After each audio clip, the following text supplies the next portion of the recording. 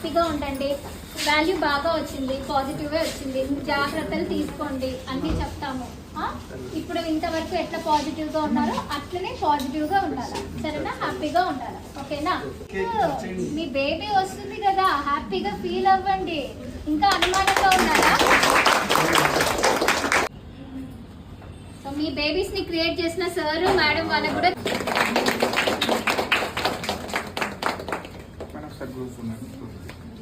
గోయిందమ్మ తిన చేయం కాదు.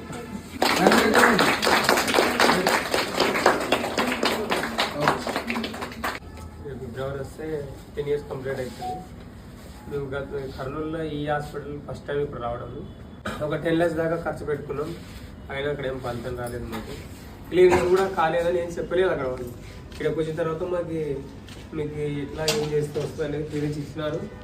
వాళ్ళతో పాటు మేము వాళ్ళకి వాళ్ళు చెప్పినట్టు మేము అంతా వాళ్ళని చెప్పినట్టు విని వాళ్ళతో సహా మేము ఖర్చు పెట్టుకున్నాం. మాకు మంచిగా ఇక్కడికి వచ్చిన తర్వాత ఇప్పుడు ఫలితం దగ్గరికి నిలబడి ఇక్కడికి వచ్చినాక ఎన్నోసారి ఫస్ట్ టైమా? First time. First time first time. దీంట్లో పాలు తాగు, సరేనా?